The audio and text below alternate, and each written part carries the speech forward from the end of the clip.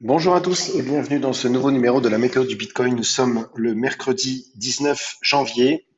Je suis ravi de vous retrouver après plusieurs jours d'absence liés au Covid. Voilà, donc tout ceci est passé et de retour sur les analyses techniques et notre trading. Alors, la charte du BTC en weekly, rien de très nouveau, simplement, et là, nous allons afficher notre indicateur Ishimoku qui nous donne des éléments importants. Nous sommes au contact de notre Kumo Weekly. Kumo Weekly extrêmement important, c'est, on va dire, le dernier rempart avant le bear market, entre guillemets, si on peut appeler ça comme ça, mais en tout cas un cours qui évolue en weekly sous le nuage, bien sûr, n'est pas signe d'un marché en pleine forme. Donc, nous allons surveiller les réactions du cours du Bitcoin au contact de ce Kumo. Il y est que très rarement au contact de ce Kumo Weekly. Alors déjà, depuis la reprise du mouvement haussier, bien sûr, on en était loin. Même lors de cette phase baissière absolument ravageuse du mois de mai, le cours évoluait au-dessus du Kumo. Hein, il n'a jamais été en contact avec le Kumo. Le seul contact dernier qui a eu lieu, c'est lors du mouvement baissier de septembre, et on a eu immédiatement un rachat. Cette bougie également hein, au mois de novembre, avec un superbe rachat. Et puis là, on y retourne et les rachats sont de plus en plus timides. Il faut bien le constater. Donc, eh bien, il est possible que notre cours s'enfonce dans ce Kumo. Alors, s'il venait à le faire, nous aurions des zones importantes à surveiller. Ces zones importantes sont évidemment les bas de Kumo, donc situés au 36 900, 37 500. Voilà, et cette zone hein, matérialisée avec les deux traits en pointillé, et on va même donc rajouter ça, voilà, nous avons ici une zone importante de support en weekly. Ces deux pointillés correspondent tout simplement au pivot weekly qui se trouve à proximité du cours. Voilà. Euh, donc ici une zone de support très importante en weekly.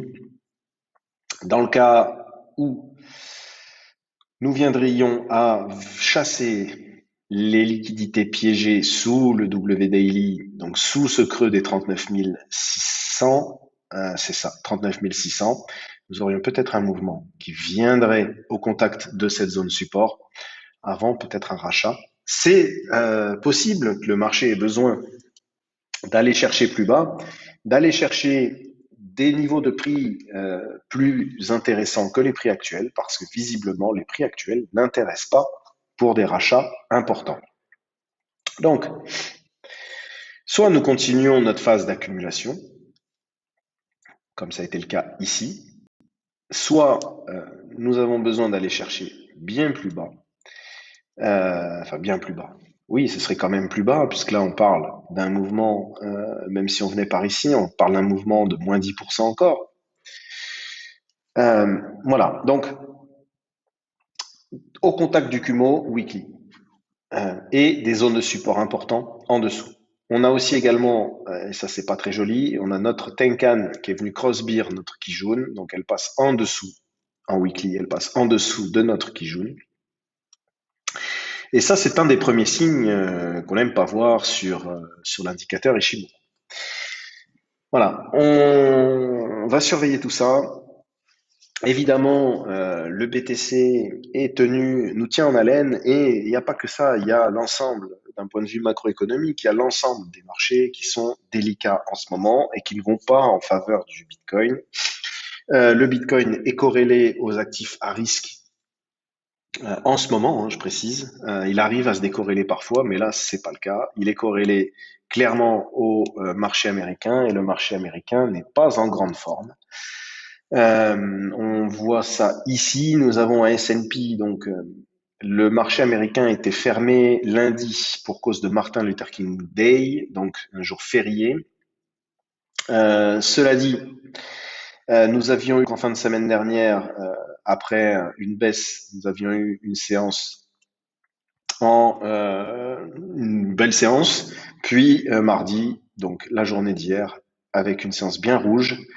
Et bien maintenant, sur le S&P, on doit, et vous le voyez bien hein, ici, on va essayer de tenir le Kumo. Alors, dans l'histoire du S&P, bien sûr que nous avons déjà aussi évolué sous le Kumo, mais en tout cas, depuis la crise du Covid, donc ici, on voit qu'on est toujours au-dessus. Nous avions eu ici ce magnifique W daily avec, eh bien, on était passé sous le Kumo, mais ça avait très vite été racheté. Idem ici, hein, nous étions passés rapidement sous le Kumo et ça a été excessivement vite racheté. Est-ce qu'il va se passer la même chose là? Nous ne savons pas pour le moment. Est-ce que cette structure en limite double bottom, donc c'est un peu à confirmer bien sûr, mais est-ce qu'elle va s'activer? Ça, c'est tout l'enjeu des jours à venir et c'est ce qu'on va surveiller sur le S&P. À côté de ça, nous avons un dollar qui s'est repris. Donc, le dollar était dans une espèce de range d'accumulation ou de distribution. Et là, on est sorti par le bas du range. Hein, donc, nous sommes sortis par le bas, donc le 11 et le 12. C'est exactement quand BTC a pu respirer un petit peu. Je vous le montre ici, hein, comme quoi on a une corrélation importante. Donc, mouvement baissier, le 11, enfin le 10, rachat, le 11 et le 12, voilà, on a eu un beau rachat sur BTC, alors que, eh bien, au même moment, le dollar plongeait.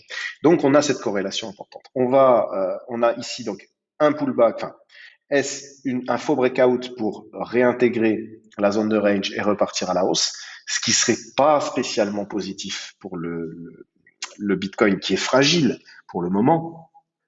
Et donc, c'est quand il est fragile qu'il subit les assauts du dollar ou les assauts, entre guillemets, enfin, tout du moins les variations du S&P.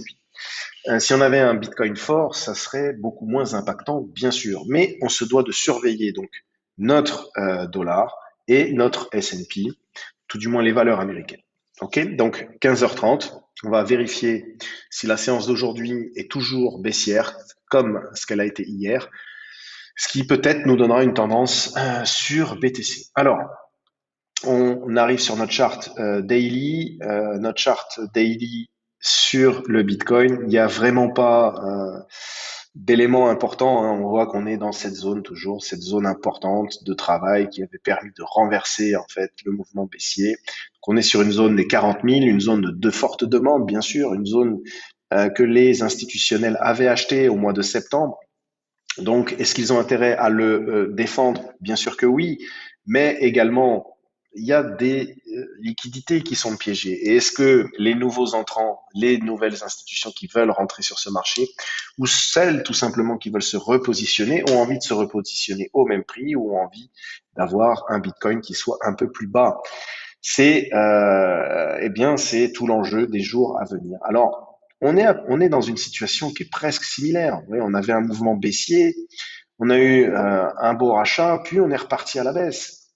Avant d'avoir définitivement notre mouvement haussier, ici, hein, donc fin septembre, le dernier, vraiment sur le tout dernier septembre, avec le 1er octobre, un beau mouvement haussier, ça a lancé le, le nouveau redémarrage pour les ATH. Ok, bon, voilà. Est-ce qu'on va être dans la même situation? Nous ne savons pas, mais on ne peut pas mettre de côté les scénarios où on va aller piocher en dessous. Donc, si on vient piocher en dessous, nous avons donc cette zone weekly qu'on a déjà évoquée ensemble. À voir si cette zone va tenir ou pas, ou alors tout simplement si on va faire ça, hein, ce qui est possible aussi, simplement refaire la même chose, voilà, dessiner un nouveau creux et puis repartir. Ce qui voudrait dire que cette zone est absolument clairement défendue par les institutions et que le marché ne peut pas aller en dessous. Voilà, pour l'instant c'est trop tôt, mais on doit garder en tête ce scénario et aussi celui-ci. Donc là nous sommes sur la charte du CME. donc des professionnels, des institutionnels, pardon, qui cherchent à trader sur les contrats futurs, ils vont sur le CME. Et sur le CME, nous avons évidemment, eh bien, nous retrouvons la même structure que sur le marché classique, mais nous avons un gap ici, un gap haussier situé entre les 34, enfin entre les 33 et les 35 000. Et ce gap peut être cherché si jamais nous avions un mouvement baissier. Pourquoi pas profiter pour combler ce gap avec une mèche et un rachat. Nous aurions de ce fait mangé les liquidités qui sont situées sous ces creux et ceux qui sont situés sous ces creux.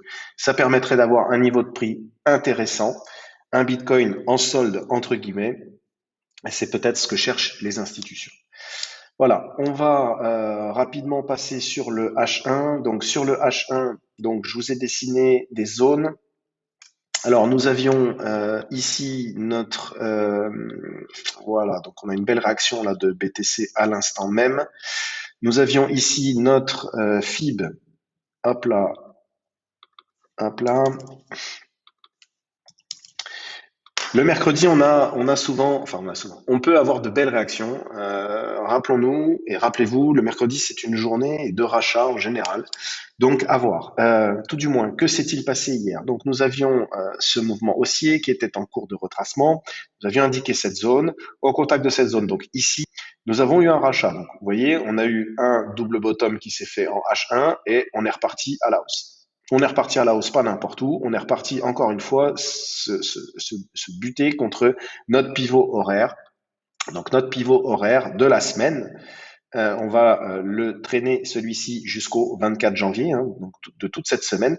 C'est notre pivot qui est, on le voit bien, extrêmement travaillé. Donc j'ai envie de vous dire que le premier niveau à récupérer, ce serait de repasser au-dessus de nos 42 412. Repasser au-dessus du pivot de la semaine est une bonne chose.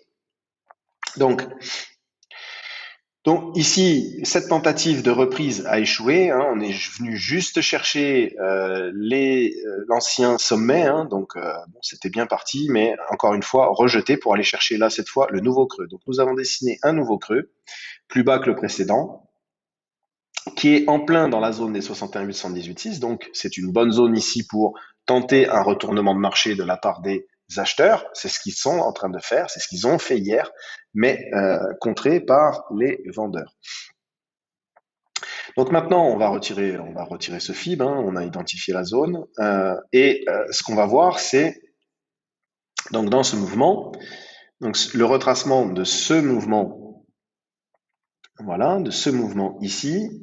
Donc nous avons ici cette zone, les 61 818,6, qu'il faudrait reprendre si l'on veut effectivement effectuer un nouveau sommet au-delà des 42 700. Donc nous aurions fait un creux plus bas que le précédent, ok, mais là maintenant il faut aller chercher à reprendre ce sommet, donc les 42 700, pardon. Ce qui nous permettrait de s'installer au-dessus de notre pivot horaire des 42 400. Voilà l'objectif du jour. Si jamais nous n'y arrivons pas, attention à cette zone, donc la zone située entre les 42 et les 42 400, puisque c'est là où éventuellement les vendeurs pourraient venir renverser le cours une nouvelle fois. Donc voilà, on pourrait faire ça et refaire ça pour aller chercher encore un creux plus bas. N'oublions pas que nous sommes peut-être dans un schéma comme celui-ci, avec la possibilité de poser un creux plus bas que le précédent, plus haut, pardon, donc un creux quelque part qui soit plus haut que le précédent et de former un beau double bottom qui nous permettrait éventuellement de mettre en place ce double bottom qu'on attend tous pour un renversement de tendance baissière. Ok? Donc voilà, c'est à surveiller. Peut-être qu'il se fera dans cette zone, peut-être pas, mais pour le moment, on a une belle réaction. Sur ce, je vous laisse et je vous dis à demain.